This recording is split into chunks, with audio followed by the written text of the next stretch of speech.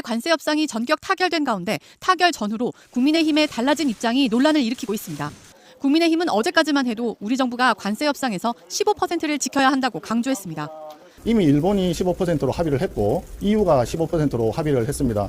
15% 관세율로 합의를 하면서 대미 투자를 굉장히 많이 하는 것으로 이미 합의가 되어 있기 때문에 우리도 15%를 지키지 못한다면 그 협상이 굉장히 잘못된 협상 결과라고 국민들께서 받아들일 가능성이 많습니다.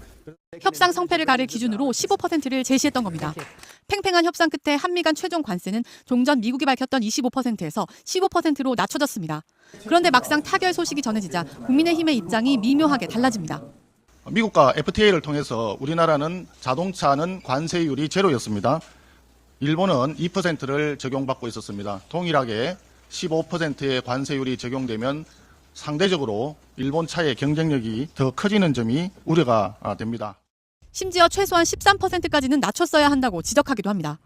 우리가 동일하게 수치화돼서 일본이나 EU와 동일한 정도의 한미 협상을 관세 협상을 이뤄냈다라고 하면 최소한 13%까지는 낮춰야 된다고 저희는 생각을 했습니다. 하지만 국민의힘 지도부는 협상 타결 전에는 미국과 FTA 상태이기 때문에 15%보다 아래를 목표로 해야 한다고 이야기한 적이 없습니다. 또 우리가 이제 볼 때는 일본이 15%로 합의를 했고 EU도 15% 가까이 이제 근접했다 이런 보도가 나왔어요. 그러면 우리나라에 대해서도 15%는 우리 협상팀에서는 이거는 무조건 마지노선이 되는 거죠.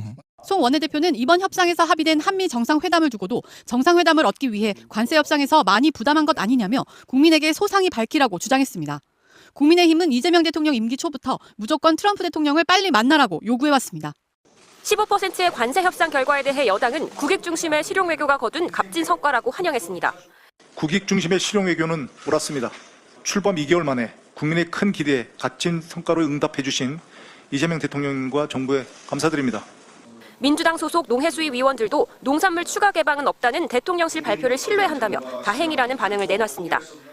농업을 더 이상 협상의 카드로 삼아서는 안 되며 더 이상의 희생은 불가하다는. 반면 국민의힘은 관세의 15%를 문제 삼았습니다. 다른 나라와 비교해 적절한 수준이지만 한미 FTA로 그동안 무관세였던 걸 감안하면 13%까지는 낮췄어야 했다는 겁니다. 일본, EU보다 우리가 협상을 잘못했거나 실패했다라고 평가를 할 수밖에 없을 것 같습니다. 조국 혁신당은 우리 경제의 가장 큰 불확실성이 제거됐다고 평가했습니다. 미국 관세를 우리 경쟁국 이하로 협상해 앞으로 적어도 동등하게 경쟁할 수 있게 되는 점 평가합니다. 진보당은 국회 앞 천막농성을 중단하는 등 일단 안도감을 표했지만 트럼프 대통령의 협박과 일방적인 요구에 끌려다녀선 안 된다고 지적했습니다. MBC 뉴스